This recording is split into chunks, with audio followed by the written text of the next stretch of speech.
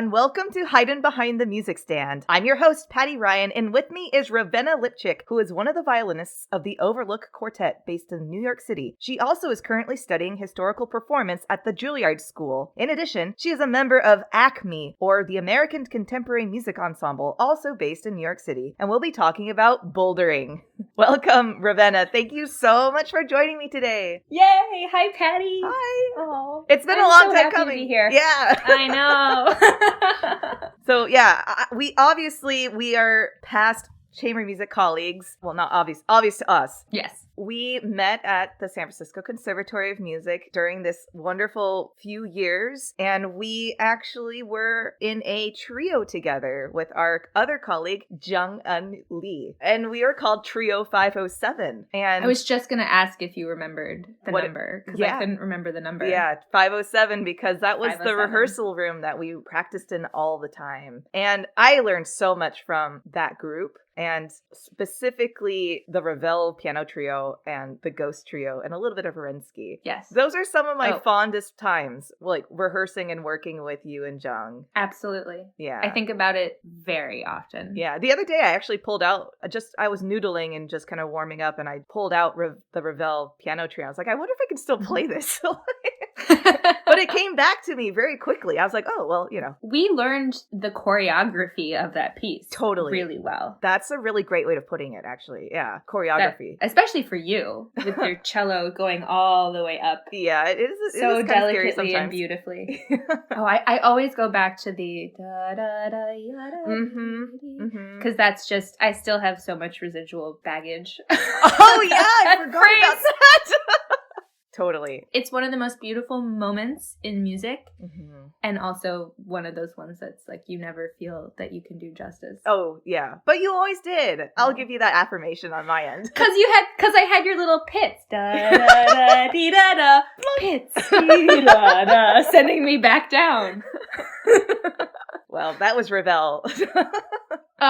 Anyway, so clearly we got to know each other very well. We also did some competitions together. One of my favorite memories, though, is after we competed at Plowman Chamber Music Competition, you ordered insomnia cookies. Do you remember this?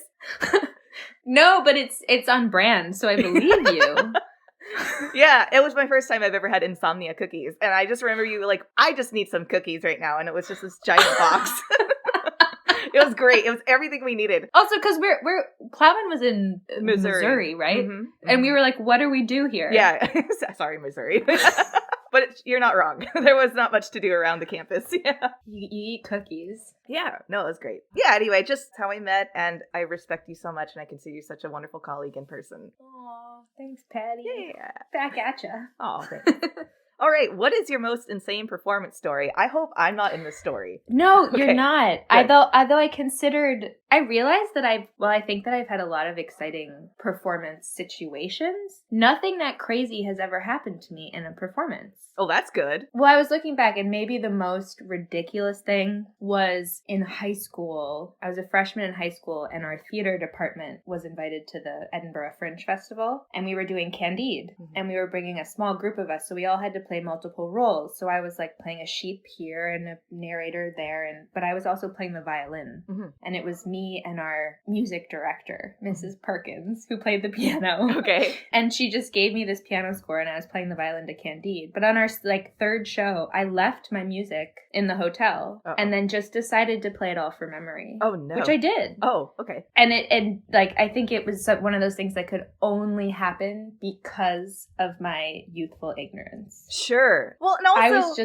but the thing is, I was also going to say, I feel like when I was that age, I had everything memorized. And it was only up until my later years in school that I feel like my RAM in my brain just was like, I ran out of gigabytes. Like I couldn't remember everything. And now I just play it off of music all the time, if I can. Well, yeah, that's wildly preferable. But you're right. You're right. And they're also, I mean, my attention span was better. Sure. Like, I didn't have a cell phone back then. Right. You know, what else was I going to do but memorize Candide? Wow, that's, yeah. And, well, I'm glad that it was successful, though. Well, I don't actually know. Oh. Because in my 14-year-old brain, I was like, yeah, I did that. But I have no idea what it sounded like in the audience. I'm sure it was fine, but if it wasn't, probably people forgot by this point. Oh, I'm 100%. Yeah. Absolutely. So that was kind of an insane thing. And then the other one was when I was living in San Francisco, I got a call to play a wedding, and it was like a VIP client, so we weren't allowed to know who it was. You may already know this story. I might. Yeah, you might know this. Yeah. Go on, though. So remind me. And I'm like moaning, and we're all complaining because it's like an hour and a half out of the city in some vineyard, and we're like, oh gosh, okay, I guess we'll drive there. Yeah. And we get there, and they make us go through this servant's entrance, and we're like, what is this treatment? Just, so just high and mighty and full of ourselves in our youth. So we're setting up, and I'm looking for the officiant to ask for the final words in the ceremony, whatever. And he goes, oh, yeah. It's going to be, ladies and gentlemen, I now present to you Mr. and Mrs. Robin and Susan Williams. Right. And we were like, huh? What? Like, did I hear that right? No way. Like, it has a coincidence. It's a coincidence. Yeah. So we're setting up, looking around, like, what the fuck? And then George Lucas walked in front of us to go take a seat. And we were like, okay, this is happening. This is real. Robin Williams is, yeah. Yes. So we ended up playing for Robin Williams's third and final wedding, and we hung out. We played the ceremony, which was maybe 20 minutes. They had booked us for 8 hours. Wow. And they were lovely. They were like, oh yeah, help yourself, seafood buffet, have a martini, relax, and like maybe in like another hour and a half or so if you want to play another 20 minutes. Like, go for it. Oh, wow. It was wild. So we're like drinking martinis, playing Haydn quartets, and after every movement, Billy Crystal and Robin Williams are saying, bravi! What was that? What was that? And we're like, well, it's still Haydn. And they go, the classics. just like the best audience you could hope for. Yeah, exactly. And the best reception for a Haydn quartet. Oh my gosh, that's hilarious. I wish I was in that gig. That sounds awesome.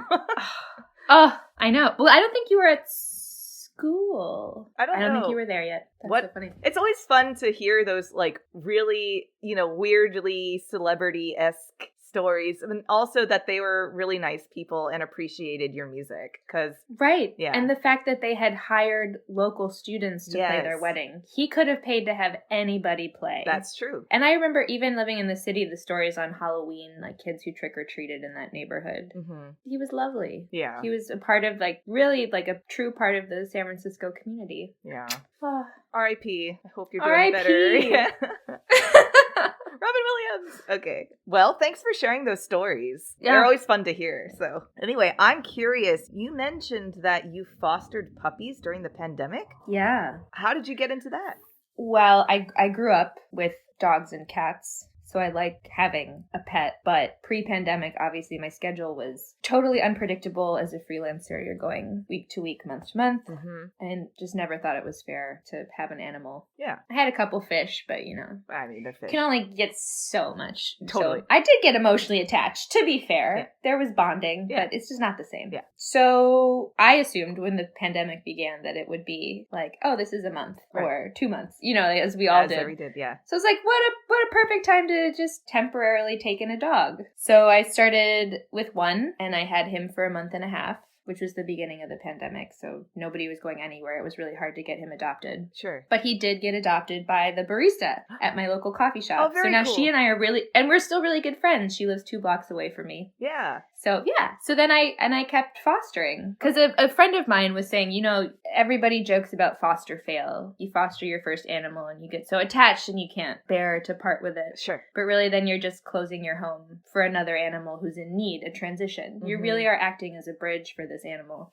which I think a lot of people who adopt don't realize is that the foster parents are the ones who really get the dog settled into living in the home, in an apartment. Yeah. In a home. Yeah. There's basic training involved. There's just a lot of sort of comfort and soothing.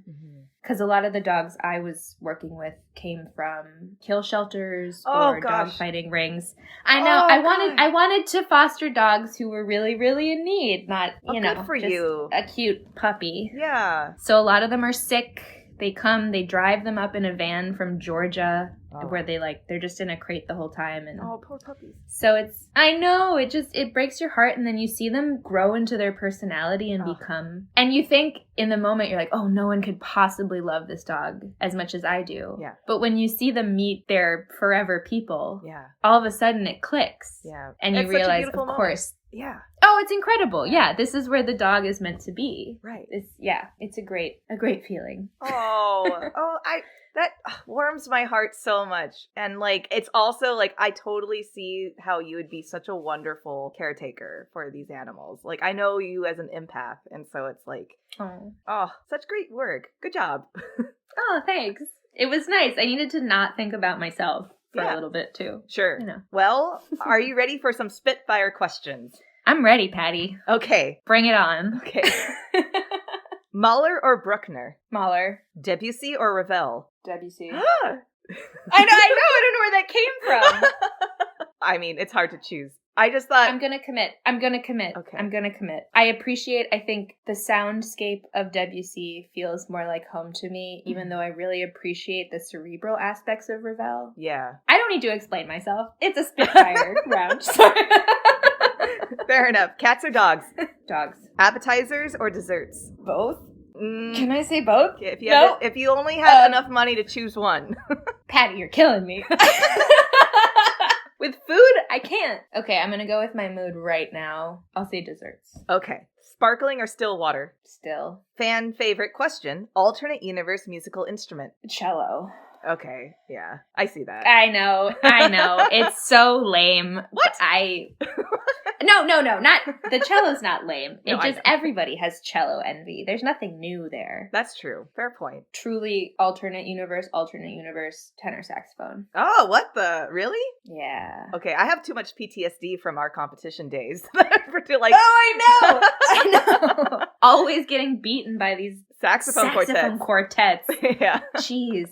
Man, it's a good thing you told me not to swear at the beginning of this. 'Cause you're bringing up all these feelings. I'm having to work really hard. Okay. I'm sorry.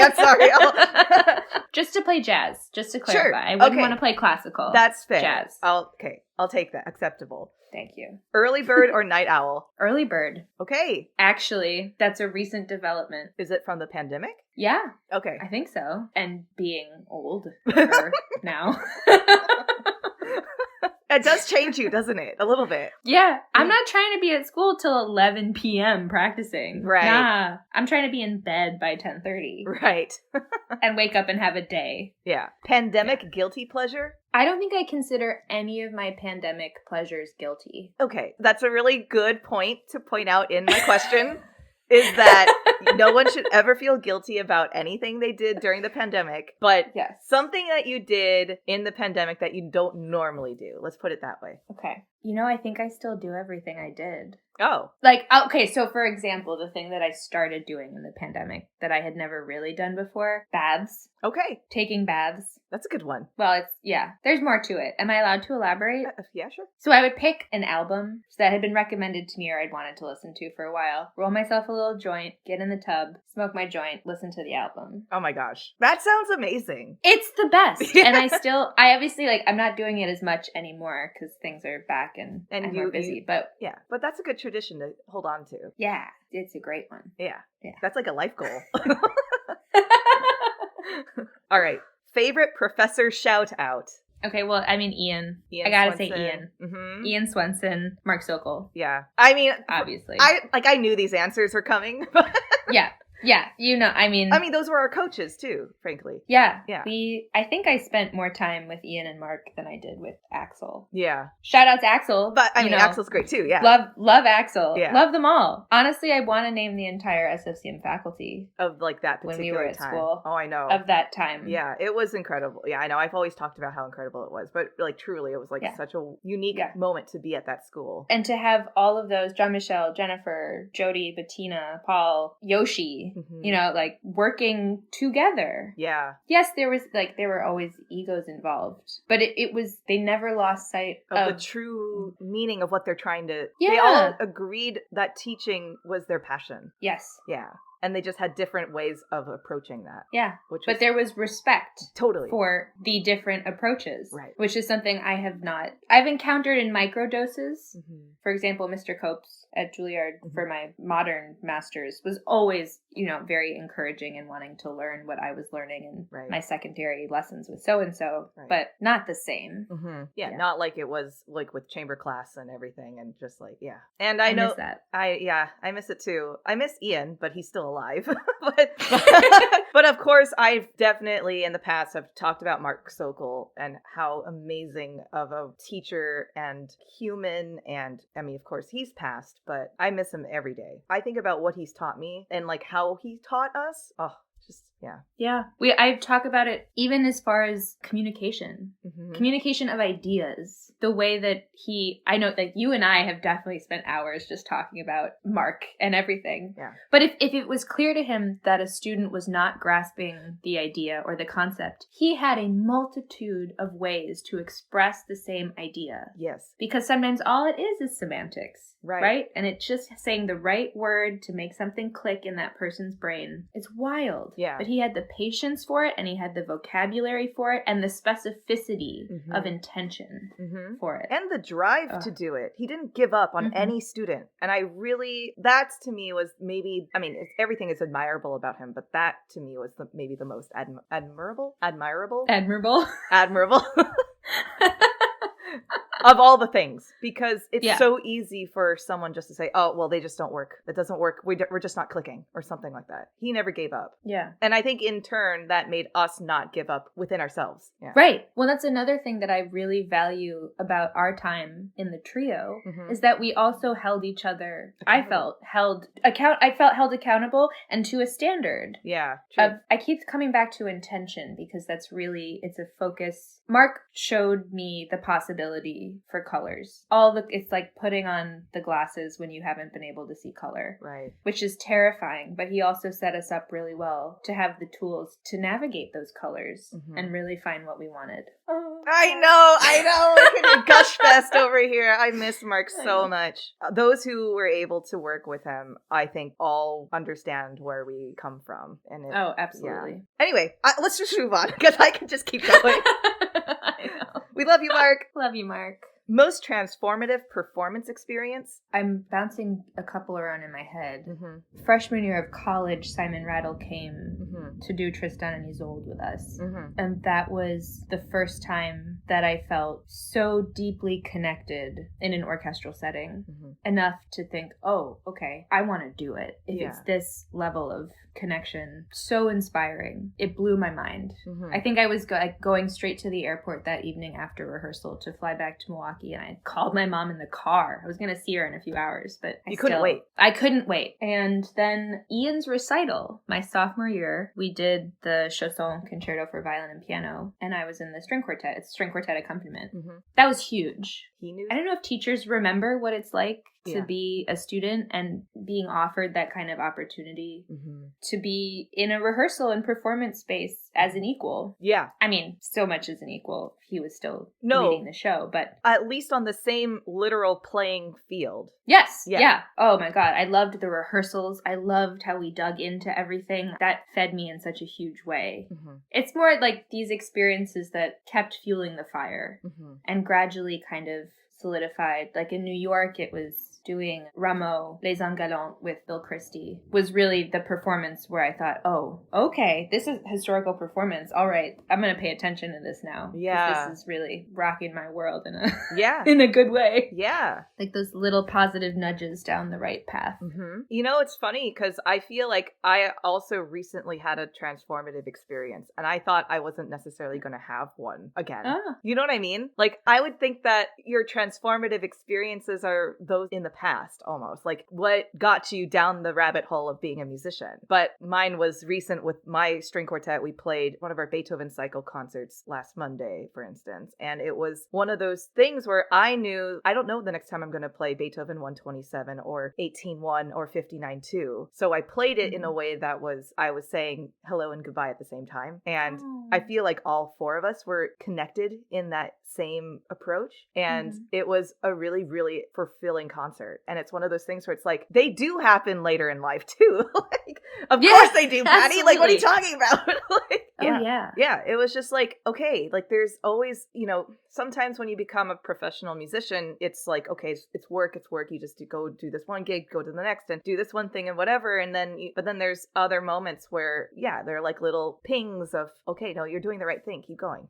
Yeah. And you never know really when that's going to happen. Right. But a huge part of that is allowing yourself to stay open to that possibility. Right. Right. It's so easy to shut down into the grind and the hustle. Right. But that's also something I always loved about working with you, is that no matter what we were doing, you were in. Yeah. You were in, and you were there to make it the best that it could be. Yeah. Or figure out how to make it. Oh, yeah, no, it was really inspiring for me. I still think about it a lot. Oh, thanks. I mean, you were there with me too. I think we were like egging each other on. But yeah. I miss playing with you. Okay, anyway. Desert island piece of any genre? Ooh. Sorry. I think I would take, for some reason, 2 albums are popping into my head. John Coltrane Ballads, just the trio recordings, and Marvin Gaye, Mercy, that album. I want to be on your island. Sounds like an awesome island. Got a little bit of everything. Yeah. I guess there's some nice string action in those Marvin Gaye tunes. Sure. Nice. Okay. You finished the Spitfire questions. Congratulations. Woo! I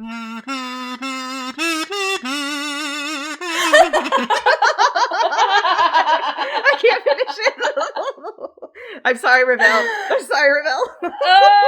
All right, Ravenna, can you walk me through your musical origin story? How did you discover the violin? When did you know that was going to be something you're pursuing professionally? And all the steps along the way to where you are today. Okay. I was born on a beautiful... No, I'm kidding. My mom is a cellist, principal cellist at the Milwaukee Ballet Orchestra, and Baroque cellist, actually, gamba player. So I started on the cello when I was 3. Because that's what she did. And I really hated my teacher. I think she was, the best Suzuki teacher in the area, and she was probably just setting me up well. I just remember hugging the cello and rocking back and forth. Yes. But you're 3 years old, so you want to make sound. Yeah. So I was already a little annoyed about going to lessons and just rocking back and forth for the whole time. And my mom was in a string trio at the time. So on Tuesdays and Thursdays, I'd come home from kindergarten and they'd be rehearsing in the living room, and I would hide behind our little rocking chair and watch them play. And the violinist, Pasquale, had the most expressive eyebrows I have ever seen. I was enraptured. Just whatever he was feeling, I needed to feel that. Yeah. Or whatever he was communicating, that. So I asked my mom if I could switch, and she made me wait until I turned 4 to make sure I really meant it. And then I started Suzuki School in Milwaukee with Mimi Zweig, actually, who's the big Suzuki lady on campus. The whole time my mom was just waiting for me to get good enough to study with her friend Jerry Frankie, who was Associate Concertmaster Emeritus of the Milwaukee Symphony. And he said if she can play a Mozart concerto, she can study with me. Okay. So every time we'd walk by his house on my way to school, he'd ask, Mozart concerto? Not yet. Book 5, blah, blah, blah, whatever. So finally, it was time, and I got to go the moment came, 6th grade, I went to study with Jerry, and he ended up being one of the biggest influences on my life, I have to say, because it wasn't just violin, it was also as a human being. Probably even my earliest mentor figure, for sure. He had a very fuck them attitude about things, like, everybody plays it this way, play it this way, excite them, surprise them, go crazy. He used to have this exercise, he'd say, pretend I'm deaf, and I have to know exactly what you want to say on the violin. Because, I was like an awkward little thing, so in myself, he wanted to bring it out of me. Right. And he also had these brilliant practice patterns and notes. He took the main student concerti, Lalo, Mendelssohn, Bruch, etc. And he had different stages of practice patterns for the difficult passages. Really brilliantly laid out. And there's actually a doctoral student in Virginia who just wrote his entire thesis on Jerry's life cool. and these exercises. So hopefully they'll be published and people will know more about them. Yeah. Loved Jerry very much, but I was a terrible student. I loved him. I loved him and I wanted to make him happy. I never played better than when I was playing for Jerry. I don't know what it was. He just made me feel free to be, oh, kitty. Oh, Sorry. yeah, Sushi. Sorry. Hi, Sushi. But I didn't really take it seriously. I was, like always a concertmaster in youth orchestra or whatever. So I was just chilling. I also, I played soccer and I did theater and I was on the swim team and I had a social life, which he hated. Oh. Oh, okay. He wanted me to practice. No, he wanted me to practice. Yeah, okay. So it wasn't until I spent my junior year of high school abroad in France. Mm-hmm. And I enrolled at the local conservatoire there. And I was living with a host family that didn't like music. Oh, that's so a problem. I'd say, okay, I'm going to practice. They'd say, but you did that yesterday. Oh. Or it's like you're making too much noise. Okay, then I'll go to school and practice. Mm-hmm. Okay, but you're never home with the family. It was just this constant thing, and they wanted me to stop playing the violin for the year that I was in France. Mm-hmm. And of course, that just made me classic. No, now I'm going to play even more violin all the time. Yeah. It's just so predictable, textbook.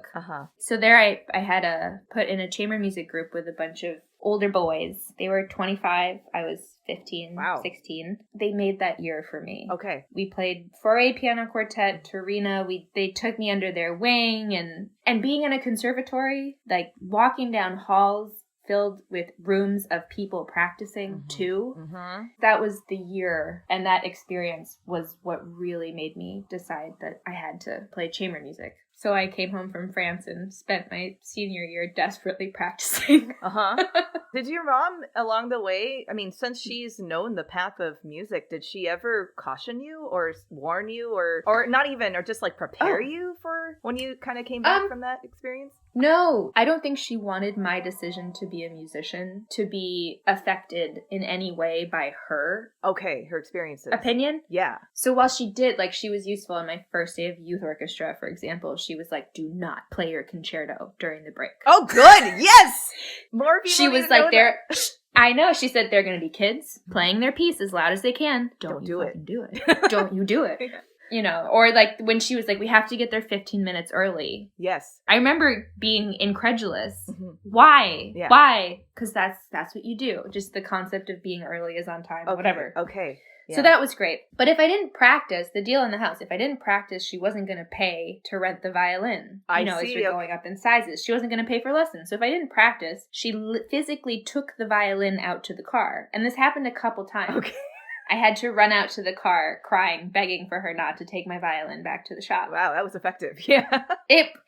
So at least, yeah. Yeah. It was one of those things that I loved and was always a part of me, but I definitely took it for granted. Mm-hmm. As you do Absolutely. As a kid. Yeah. Yeah. And now, in my, as I went through college and grad school and freelance life, she's always so interested in what I'm learning or what my teachers have said. She's a teacher herself, and she's one of the most dedicated musicians I know. Mm-hmm. Just every day without fail. She loves to practice. Mm-hmm. She loves to explore and question and, any little nuggets I would give her in my, Mom, you're embarrassing me. Exactly. Yeah. She loved. And she's been incredibly helpful. Just kind of general advice for audition prep or, she lived in New York for 12 years. So there's some familiarity with the life that I'm living, but also life now in New York is very different. Totally. So it's been a generation later. Yeah.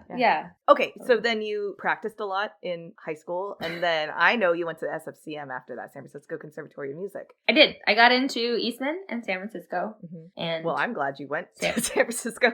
Believe it or not, San Francisco gave me more money. Mm-hmm. Also, I remember the audition process being so crucial in my decision. Yeah. I didn't know anything about prestigious names of conservatories. For a mother who went to Juilliard and Yale, mm-hmm. she did not glorify conservatories or anything. That's amazing. Like that. It was very much you're going to play for a couple different teachers who are recommended to you by your teacher. And if you like that person, then go for that. She happened to know, she went to school with a lot of the San Francisco faculty. Okay. So when she read that Axel was there and saw who else was on faculty, she was very on board. Yeah. Because they're all her friends. Clearly. I get that. Yeah. But the audition process, it was, do you remember what his name was? Alex? Curly hair? I wish I could remember. Yes. He was there at my regional audition in Chicago, and he was so lovely and so kind, and I felt like I played so well in that audition. And then I went to Rochester for the Eastman audition, and it was the entire violin faculty and the dean of students and 2 video cameras in this tiny room, and I was squished up against a piano, and nobody smiled at me when I walked in the door. Oh, that is such a familiar audition scene. Oh my gosh. I was like, why do I want to go to school here? Right. Even though I know plenty of people who have been to Eastman and love it, but no, just in that space where I was as a 17-year-old, it was an easy choice. You had that perception for yourself. Yeah. So San Francisco, man, San Francisco was really just a golden period. Yeah. It's kind of, sometimes I get a little, not lonely. I love my New York, my East Coast people, but people who have been on the West Coast who are in San Francisco kind of around that time just know. Yeah. They just know how special it really, really was. Yeah. For all of its, faults as well. Oh, totally. It wasn't perfect. Yeah. But it was so It was close. not perfect. Yeah. But I felt like I mattered there. We were special. We were individuals. We were allowed to contain all of our multitudes, and that is what helped us be great musicians. We were seen as human beings. Also, just having access to the faculty, like we did, playing all that chamber music with them. They were so generous. Oh, I loved it. And, it's like your first time really living alone and having San Francisco as your playground, essentially. Just shenanigans galore. No, it was incredible. And then grad school. Yeah, I remember when you were auditioning because we were in Trio 507 together at that point. Yes. Can I spill, go for it. That you were, upset that you got into Juilliard? Was I upset? Yes, you were upset. Was you? Yes. It's just funny because I think you really wanted to go to NEC or something. Yeah. And, which is, both are incredible schools with incredible faculty. But I just thought it was funny because it's like, wait, what? Why are you, I get it. I get it at the same time. I'm trying to break down that reaction now. Yeah. And, understand really where it was coming from. I think it was, again, maybe the school reputation and environment. Yeah. I didn't want to be one of those kids. Right. But that was my own weird baggage, not wanting to go where my mom had been. Right. This is turning into a real mommy podcast. I'm so sorry. No, it's... therapy is wonderful. And It makes sense because, your mom, you inherited so much of her story as a kid, there's so much of that it makes sense. Yeah. But Axel ultimately was like, you have to go. Yeah. Yeah. But I still remember that first week in Juilliard walking down the halls, smiling at people, as you do. Yeah. Because that's what we did at SFCM. That's what we did at SFCM. And chances were you knew the person anyway, because there were only 400 of us or something. Yeah. But nobody looked me in the eyes. Oh, wow. Everybody's faces were down, and I did not matter at all. So that was kind of a shock. But I loved Mr. Copes, my teacher, and I was working with Joel Krosnick a lot for chamber music because I had met him at Kneisel Hall the summer before. Yeah, so that master's degree kind of blew by. I know, it's only 2 years. It's only 2 years. You're there, and then just as you feel you kind of get the hang of things, it's done. Yeah. So I was super burnt out, though, by the end. Going straight from San Francisco into a master's program. After I graduated, I think I didn't touch a violin for a month. Easy. Yeah. And then one day I started practicing, and I had my plan was never to stay in New York. I was like, okay, I'm going to finish Juilliard, and I'm going to get the hell out of here. So I started applying to all these auditions outside of the States, and I ended up winning an associate concertmaster trial with Royal Scottish National Orchestra at the same time as I was invited as a finalist to go to New Zealand and play with the New Zealand String Quartet. So I said no thanks to the orchestra job and went to New Zealand for 4 weeks.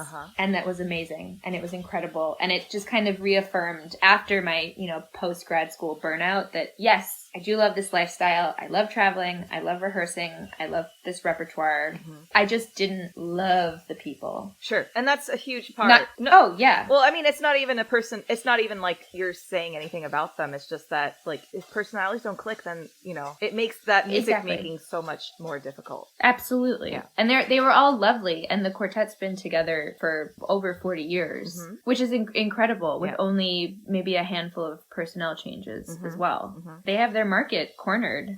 It's amazing what they do. They're a terrific group. Really cool projects, but not enough to merit moving across the world. Yeah, away from family. Away from everything. And it wasn't until I was there that I realized everything, like all the little seeds I had unknowingly planted in New York that were starting to kind of come to fruition. And I kept feeling a pull to come back here and see those through. Yeah. Outside of the stressful school environment. So I did. I came back to New York and I had my groups and I freelanced and I traveled and played all over. And when did the turn? The pandemic. Yeah. Well, I was going to just ask, when did the turn to historical performance happen? I mean, I know you've always been interested in it because San Francisco is also a hub for the historical performance scene as well, music scene. But yeah, New York's a huge one, and also the program, the historical performance program at Juilliard, I forget what year it started, the endowment kicked in, but I should know this. Well, I mean, it was within our times as students. It wasn't like it's been there forever. Yeah. It was like 2009 or something. 2010. Right. Something like that. Yeah. One of the ways I definitely shot myself in the foot was by actively avoiding historical performance while at San Francisco. Sure. Because of course my mother was like, this would be so helpful. I think you'd really love it. I think you'd be good at it. And so of course I had to say, no way, Mom. But when I got to Juilliard, they offer free secondary lessons if you're interested. So I was like, all right, let's see what this is all about. And I started studying with Robert Neely, and he put me in a tour with J415, which is the name of the Historical Performance Orchestra ensemble. And we toured kind of the southern United States with St. Matthew Passion. Awesome. And that was my first HP performance experience. And, well, okay, talk about transformative performance experiences. That was a game changer. Yeah. And then from there, they kept hiring me to come back and sub with 415 when they needed violins. And some of the people I met through doing that in the program continued to hire me for projects outside of school. So at least a couple times a year, I was still playing Baroque violin. But, always feeling like an imposter. I'm a good mimic. If I hear something, I can usually make it happen on the fiddle, even if I don't really know why or how or the most efficient way to do it. So the pandemic hit, and everybody was reflecting and thinking about all the things that were exploding in the world at the time. And I was sitting with this sort of duality, that the realization that the playing that was making me the happiest was the historical performance playing. The Baroque playing. It made me feel sparkly, and stimulated and creative because of the same things we were talking about why we love Mark. Right. Intention and character and a sort of freedom and a full embodiment of the music that you're playing. But then reconciling that with the fact that these are all dead white guys. Sure. And I don't feel comfortable dedicating my entire life to sort of worshiping at this altar that very clearly does not need to be there anymore. Right. And as I was thinking about these things, considering applying for the program, because what else was I going to do in a pandemic? And I got offered a spot with the Overlook Quartet, which was formed during the pandemic, and they met outdoors to read music by overlooked voices, essentially. Women, Black composers of color, and amassing this incredible repertoire of this music that we think deserves to be in the quote-unquote canon. I hate that term. Let's be done with the canon. Yeah. But whatever, the classics, there's so much amazing repertoire. Old and new and contemporary. So it seemed ideal timing that as I was starting to find this new way that I love to play and express myself, this other opportunity came along to provide context and balance to what I was doing. So I decided to do, obviously, I'm in the historical performance program. Trying to just defeat my imposter syndrome. There. Well, anything that you're going to learn from that program is going to translate into whatever music making you make in any other ensemble too. I mean, it's all just sources of inspiration as well. Absolutely. Even if they happen to be pieces written by dead white male composers. I mean, it's true. Everything is in context is historic. You can't change history. You can't change who were elevated to that level of being able to compose and write music or what was preserved even. The cool thing now is that not nearly enough as there could be, but resources are starting to be allocated to dig up more lesser known composers of the Baroque period or before. Mm-hmm. For example, like Jewish music of the Baroque time. Mm-hmm. Right. Rosenmuller is a very standard name, but he's just one. And there are multiple scholars who are kind of delving into this sort of aspect. So we're actually starting to have a more multifaceted view of what Baroque music was, and not just what was maintained by the courts or the rich people. Or the Christian church, even. Right. Yes, absolutely. Yeah. It's an interesting time to be around. Definitely. So you also said that you're part of a contemporary ensemble. Yeah. So ACME. So you're like, I mean, people say you dip your toes in lakes, but like your toes are all over the place. Like, oh man, maybe I should update my Tinder bio. Your toes. Roll with my You'll toes. get some foot fetishes there. Oh, exactly. Oh, no, maybe I should start an OnlyFans for my toes. No, sorry, PG. Keep it PG, Lipchik. Yes, ACME. That's also sort of an early New York. I kind of fell into that group, was recommended for a recording session, and then it just stuck. Yeah. I love playing with them. We kind of have a rotating roster of different people, but it's the same reasons I love historical performance. And the same reasons I love, it really just boils down to commitment to the music that you're performing. That's true. No matter what it is. Your true artistic value is conviction within the music and how to get that zest again, kind of thing. Yeah. Zest. Yeah. Get that I lemon. mean, because then what's the point? What's the point? Right. If you're not, but you're right. You only have so much energy. You have so many personal resources, and something's got to give at some point. But if the general standard is... Right. Like, as soon as someone starts talking about how something is boring... Not interested. I can't help but question that. Yeah. Like, maybe, but you should still be finding a way to be present and engaged. Because I've heard amazing performances of drones. And I think a lot of people would say, like, oh man, I have to hold this open D forever. Mm-hmm. It's like, yeah, but what life is happening within that time and space? Mm-hmm. I'll never forget, Ian came to visit New York, and he had me sign him in. Oh, I remember I was going to bed, and he texted me. He was like, scales in the morning? I was like, oh, God. Sure, Ian. He's like, okay, see you at school, 7:30. Yeah. I was like, oh, God. So I meet him at school, and we go into an empty dance studio, and we're, like, playing slow scales, and then, Bach, and, like, rolling around on the floor. Uh-huh. And he said, how much can you hear in a split second of time? Yeah. There is so much that happens. Yes. It's a very intense way to live. Yeah, I mean, that's Ian for you, though. But yeah. It's an intense way to live, but it's so true. It's the best.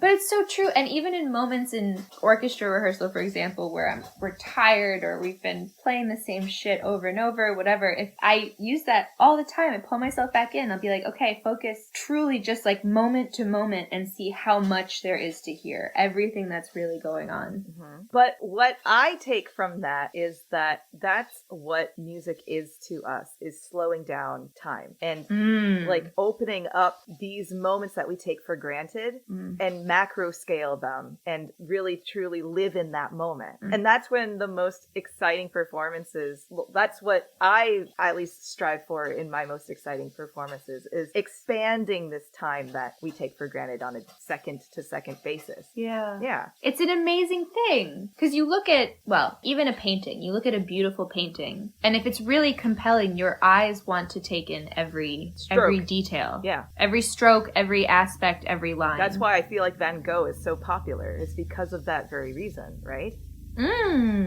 Yeah. Other than just... That's absolutely true. Yeah. Colors and... It being, like, good or and pretty. People telling you that you should like Van Gogh. Yeah. Like... Right. Yeah. Our eyes are so much more adept and comfortable at being confronted with things that they've never seen before. Mm-hmm. And I think ears take more time. Ears take more time. Even if you go to a contemporary art museum and someone put white paint on a white canvas and you think, well, I could have done that. Well, first of all, you didn't. Right. They did. Right. And second of all, even looking at that white paint on that white canvas offers shades of white and texture on the there's just a universe within everything. Right. Quant said it best.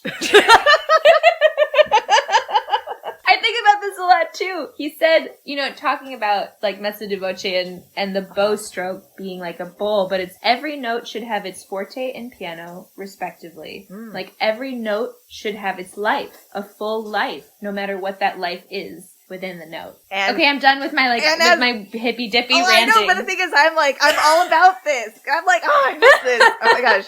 I know. I'll say, since it wraps up a little bit, I mean, that's one of the things I always remember about what Mark Sokol would say is every note matters. Every note's life matters. If you throw it away, you're losing the purpose behind that little dot of ink on a piece of paper. I mean, not to be like, then why are we living? That's not what I mean, but just like, but that's the nerdy stuff that just like, yeah, that's the art behind it, at least to me, that's why we're talking right now. It's like, cause it gets us all excited. Exactly. Yeah. But anyway, shall we take a break because we could just keep spiraling and this will become the Joe Rogan experience, okay? Oh God. Okay. Break. All right, we'll be right back.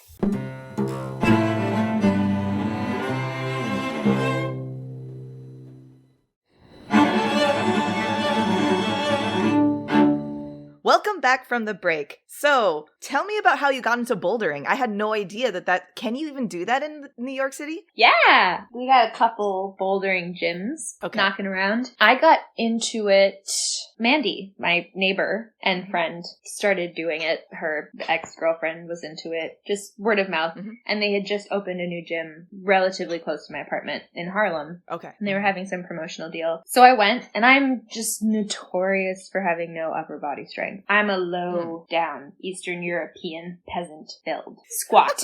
Close to the earth. Grounded. Yes. Not meant for climbing trees. Okay. In fact, I did not climb trees as a child. To my great shame. I really I wasn't a climber. But I decided that now is the time. Whatever. And I went. And it was awesome because it's the perfect introverted extrovert, or like extroverted introverts sport. Okay. So I love, it's a singular activity. It's you on the wall. Right. But there are still people around you also focused on doing their own thing. But it's not like a team sport. It's not a team sport. So I appreciate the social element. I am a social creature, but I want to do my own shit. I'm sorry, Sushi just popped up behind you as I said that. Just totally dead facing the window. That was amazing. I want to do my own shit. Boom. Cat. Yeah. And it's problem solving at its essence. I mean, it is like a physical feat, obviously, of strength. Mm-hmm. But to understand body weight distribution, energy saving positions, how, like, the most efficient, smart way to get up to the top of the wall. It's so great. I feel like it exercises all of me. Right. Well, it is a full body experience. It's a full body experience, mental and physically. Okay, so bouldering is different than your average rock climbing wall, am I understanding this correct? I mean, I kind of know what bouldering is from just like bouldering in Colorado or like random places like that. Yeah, so bouldering, I think the main defining characteristic is you don't have a rope. You're not hooked on to anything. Whereas lead climbing, which I think a lot of people do, you're in the harness. And you climb up to the top of the wall, and then you can bounce your way back down with someone belaying you. Yes. Okay. But then what about like Free Solo, like that movie? Bouldering. So he was bouldering the whole time. Oh my gosh.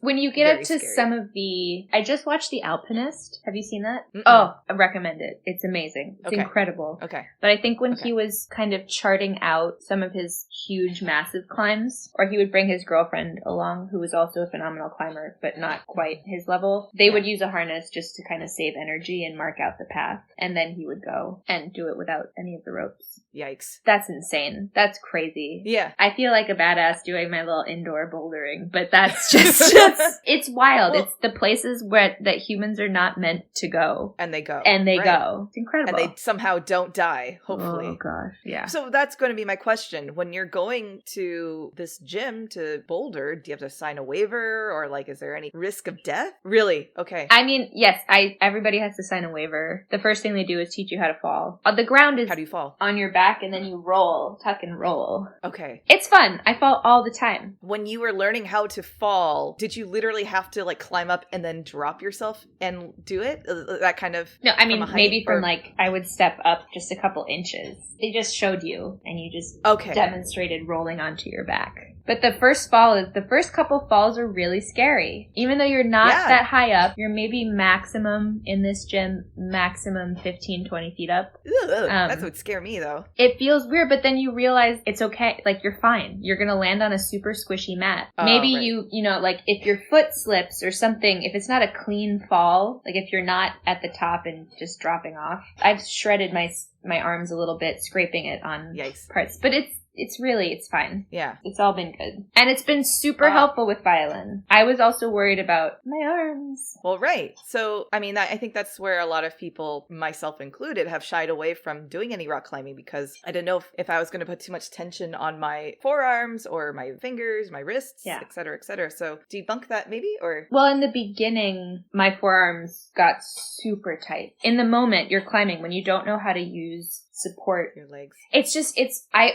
I love dancing. I'm played soccer. Like, I'm in my body. Like, I understand, I feel my body, and I have a pretty good sense mind-body connection. But this has me using my body in a way that feels very foreign. So for the first couple weeks, you're trying to do most of the work with your arms, when really it should be your legs. So there's an in-between period where you're figuring that out. And it's still, like, your forearms are going to get sore. But it's nothing compared to, like, years of repetitive stress damage that we give ourselves. Like, any musician knows what to do if your forearm feels a little tight. You ice it, you have your balms for it, and then it's fine. Usually I like to do it before I have a rehearsal, because if anything, the violin feels really easy after hauling my ass up a wall.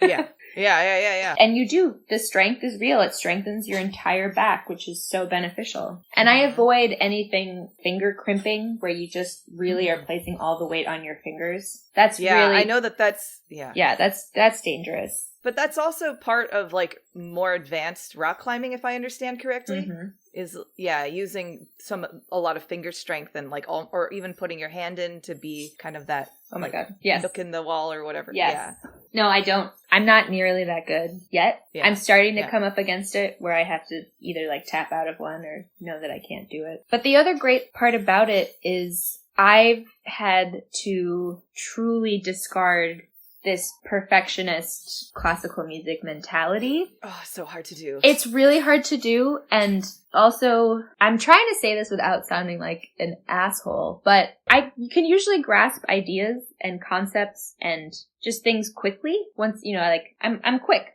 I'm smart. I can say that. Yeah, you're quick study. Yeah, I'm a quick study. But with bouldering, it is not a quick process. You can't fight your own body makeup or gravity. So even getting one hold higher than I had gotten is a win. Right. And you have to be just really take it. And it's like your body, you may not have had enough sleep the night before. You may not have had enough protein, whatever has happened. Factors. That's who you are on the wall, and you gotta work with it. You gotta deal with it. And it's okay. That's the other thing. It's like, you don't have to send every problem the first time, every time. Well, that's also like, why don't we say that for ourselves when we walk on stage?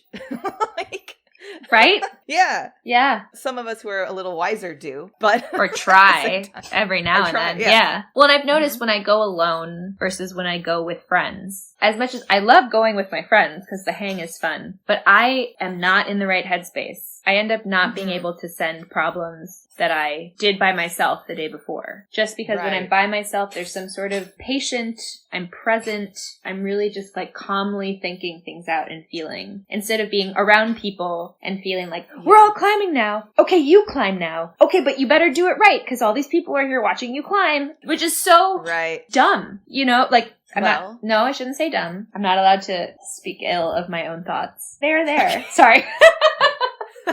My therapy is showing. Yeah, I mean, I think we all feel that way to a certain extent. But again, it's the same in performance. If you're out there trying to play because there are people there to watch you play, it's not going to be a connected, moving performance. Yeah. I mean, is there an element of meditation when you are climbing? That, again, it's this idea with the EN second of it expanding time in a way absolutely. for yourself? Yes. Okay. And the other thought I had was when you are bouldering and climbing, what you're thinking about is the longer trajectory of where you're going. Like a musical phrase, you're not necessarily, you're like taking little steps, but you're really trying to plan out a longer directional path to take. Absolutely. And it's amazing when you realize, I try to videotape myself. Again, I will videotape myself bouldering, and it's like pulling teeth to get me to videotape myself playing the violin, even though I know it will be so helpful. Right. Yeah. But I videotape myself. So why do you No, please go on. Why do I? Well, because you can see, if I go back and rewatch a climb that I just did, I can see, okay, I'm wasting too much energy sitting here. If I allow the momentum to carry me up to this hold, this will be easier. Instead of sitting somewhere and having to recreate the impulse to get up. It's like a musical phrase. It's like, why are you letting it drop here and then having to carry it? It's amazing how clear that becomes. Wow, I never would have thought that that's like something that you could gain from bouldering. I didn't either, but I'm super into it. Plus, it's a dog-friendly gym, so you just... Oh, cool. And rest, that's the other thing. You have to rest. Rest time is so important, otherwise you burn out your arms and you can't do anything. Right. So really valuing rest as a part of the practice. And knowing that, okay, I will rest now, and then I will have more strength and a higher chance of being able to send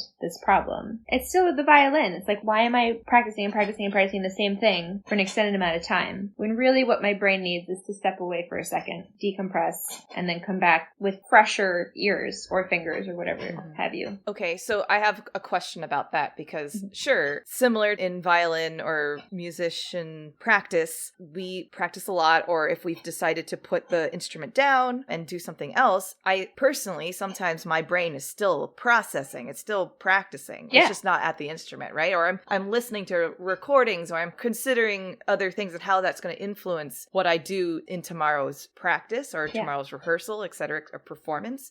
So my question is, do you do that? Is there any kind of either passive or active thinking that you do for bouldering? Or is that just simply like, that's the time at the gym is their time at the gym, and then you've like cut it out? Oh, you mean when I'm away from the gym, thinking about rock climbing? Yeah. Oh, that's interesting. I think I leave it there. Okay. Unlike music. I mean, during my rest time in between climbs, I am actively thinking about how to solve problems or body positioning or whatever.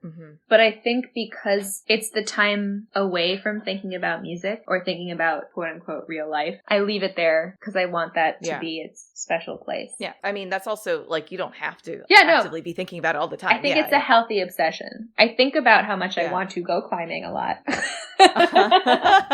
But I'm not, and I follow climbers on Instagram. So I do, I'm watching and I'm observing and passively thinking about things. But it's not on the back burner of my mind at all times. How do you prepare yourself to go rock climbing? It's super chill. Yeah, that does. I literally have my tote bag with my climbing shoes and chalk bag, and that's all you need. Okay. I mean, you don't have today I'm going to do a light ascent, but I'm really preparing for tomorrow's, et cetera, that kind of thing. No. I try to go every 2 days. And again, I think it's so much more a practice of being present for me. I don't want to put pressure on myself to be good at it because that's natural with everything that I'm going to try. I want to be good at it. And this is because I'm not inherently good at it. It's good for me. It's very humbling. Yeah. And I want to stay climbing away. Whatever that means for me, it's been a good tool for that. Yeah. Do you have any plans to take it outside of the gym? Yeah, not anything extreme. There are actually a couple spots in Central Park where they have sort of established boulder routes. And when, I mean, it's cold as... I know. But when it's a little warmer and there's not snow and ice everywhere, I'll definitely want to go check those out. Okay, and so, sorry, can you remind me when you started bouldering? August. Okay, so it's like very recent. Oh, yeah. Yeah. Do you feel that you are, in ways that you are progressing? Absolutely. I could barely stay on the wall when I started, and there's a numbering system, like V0 is the easiest, V10 is the hardest, and I'm up to, starting V2s now. Okay. Which that's significant. It's kind of surprising how quickly the strength is built.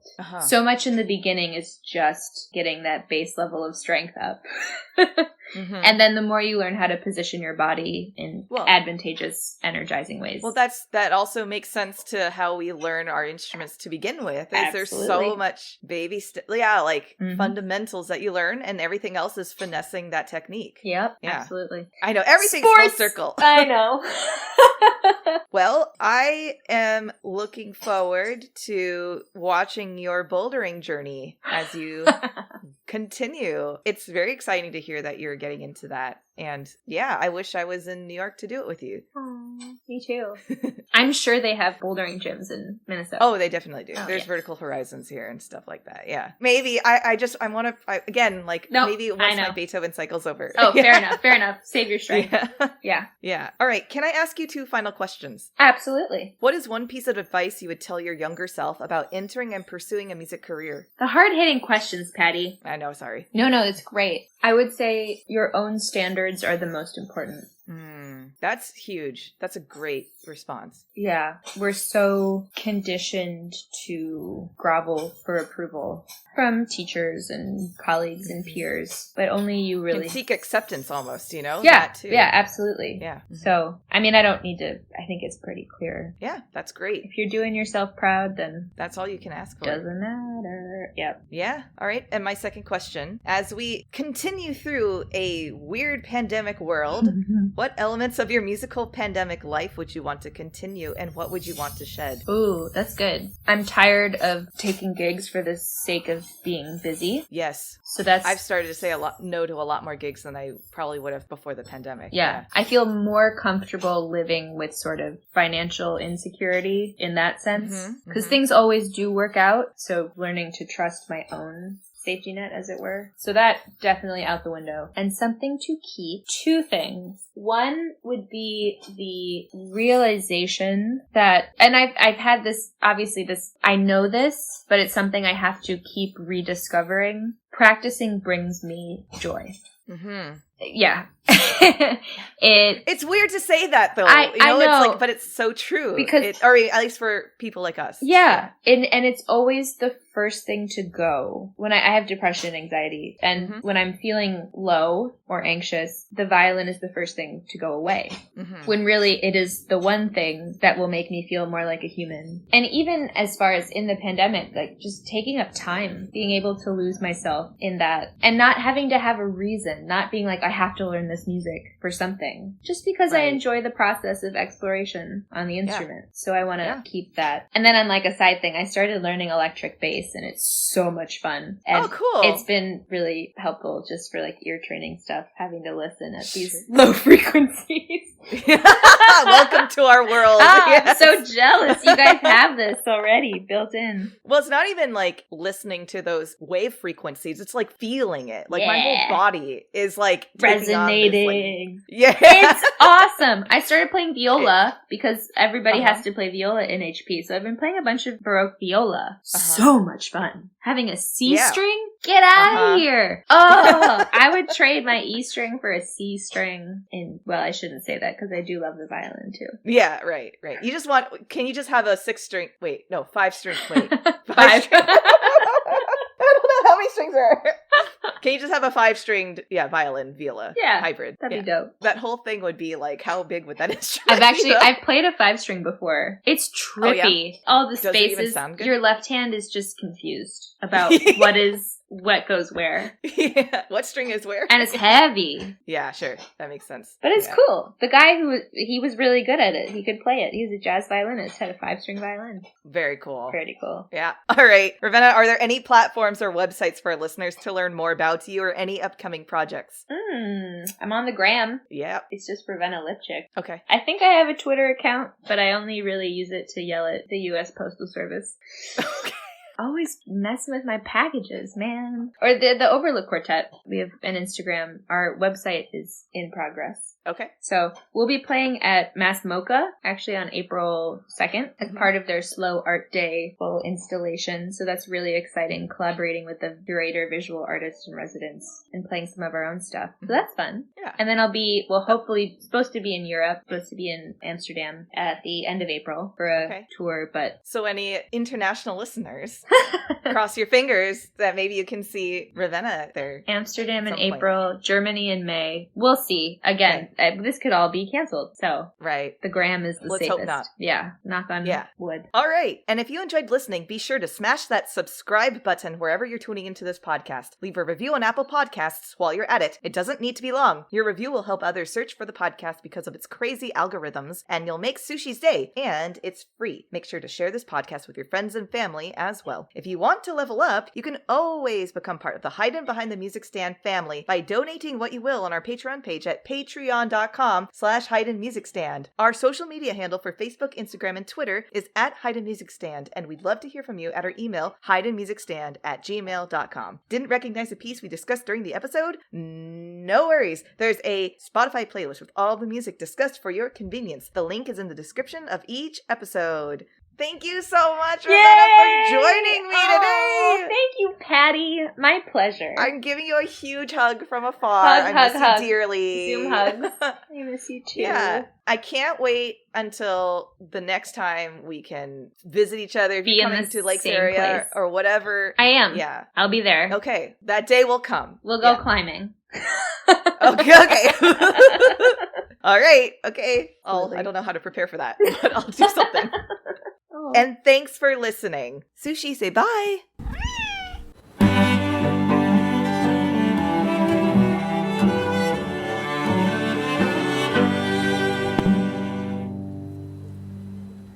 Wait, that'd be hilarious on the harmonica. The harmonies would just be... Can we try it? Well, my harmonica's tuned in C. I don't know how to do it. Okay. No, I don't know if it's gonna work. That's what I mean. It's gonna end up being... No. Well, it was worth a shot. I guess I should inhale, though. Wait, like...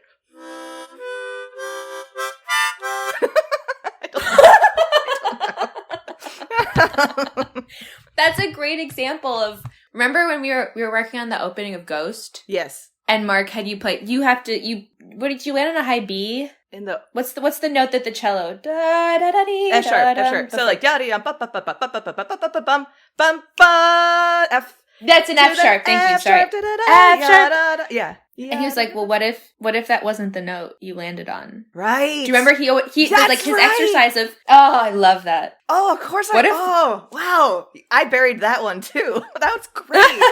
Oh my gosh. What if the composer hadn't written what they wrote? What if Ravel had written Ravel Trio for the harmonica? Oh, Jesus. I'm really glad he wrote it for the piano trio. Wow, I forgot about that. See, he had those little nuggets that were so good. I know. Yeah. Yeah. It's nice when they bubble to the surface. Oh, and you're yeah. like, oh, okay. Yeah. Yeah.